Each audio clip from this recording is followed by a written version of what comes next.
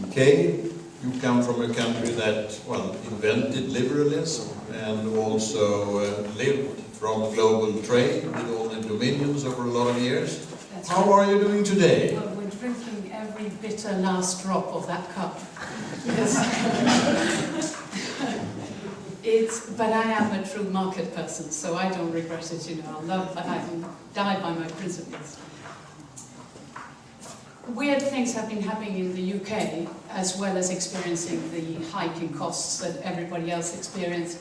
Farm gate prices started rising late compared to the rest of Europe. And we were told that it's because everybody had forward contracted whatever they were selling, so they couldn't quite enjoy the rise in prices. I have no way of knowing whether that was the case or not, but the farm gate price started rising late.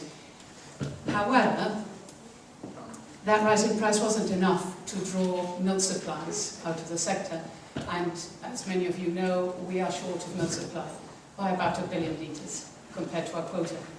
And that inevitably meant that retailers, like many other buyers, started putting the price up. And we are now into the spring season, and price, if it's falling, it's such a soft fall that nobody realizes it's spring yet. So prices are holding, it's a good thing. But what has been really significant is that retailers have taken an interest in securing that supply. They're beginning to think, oh well, perhaps we have lost sufficient capacity that we have to start concentrating about where the milk is going to come from. And the first thing they did is put retail prices up. So like in the United States, the retail price of milk this year, now in April, is 13% higher than it was a year ago, butter 36% higher, and mild cheddar 26% higher, and that's on the supermarket shelf.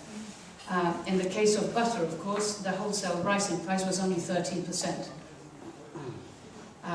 In the case of mild cheddar, though, the rise was 48% in the wholesale market and only 26% in the retail sector.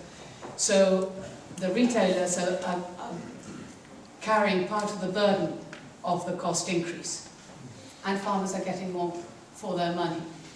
However, the other thing that is happening, and has been happening for a while, is a complete rethink of how milk contracts work and how the price is set in those contracts. And retailers are showing an unhealthy interest in cost of production data for farmers, and this talk of linking the price in those contracts to input and output prices. So that is happening at the moment. It's fluid, it's interesting. It is being pioneered by retailers, but whatever the big retailers do, sooner or later the rest of the market will do.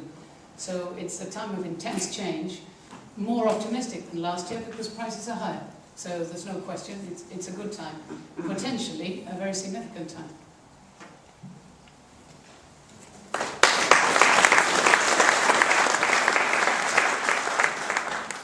Thank you, Kay.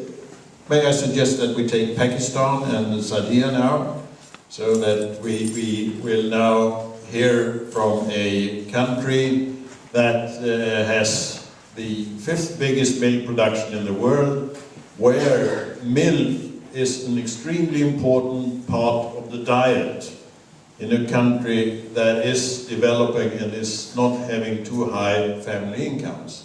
So how do you handle the situation where milk is extremely important for the household economy, and a situation where the world market price is increasing and tempting for maybe directing the milk in other directions? Sadia. Thank you.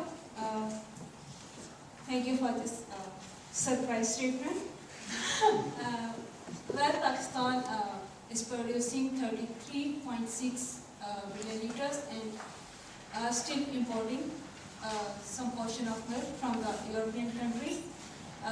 That means there is potential for more growth and for more production still there. As far as market prices are concerned, Pakistan milk market is insulated one. It doesn't affect the market price. Generally doesn't affect the market price in Pakistan. However, the inflation rates are quite high, and they are disturbing the milk economy too. As far the question of household economy is concerned, mostly the dairy farming is subsistence one, and the way because they are keeping their own cows and they can fulfill their requirement from their own cow. However, the farm gate price, milk price is quite low for the farmer, for the producer, but for the consumer, the milk price is quite high.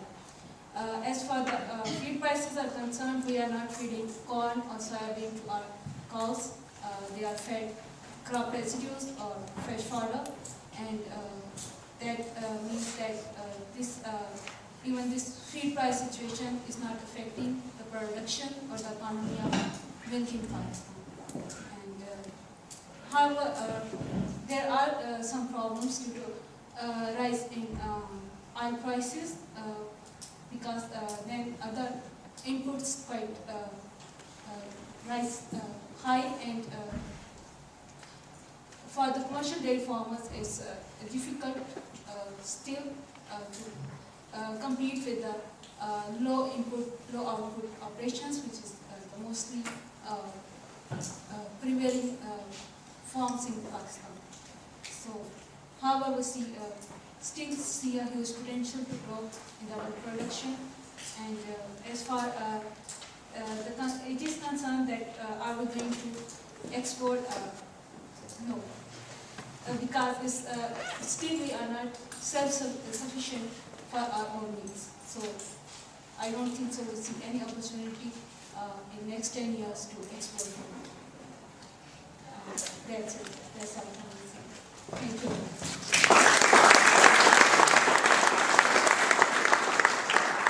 Thank you, Sadia.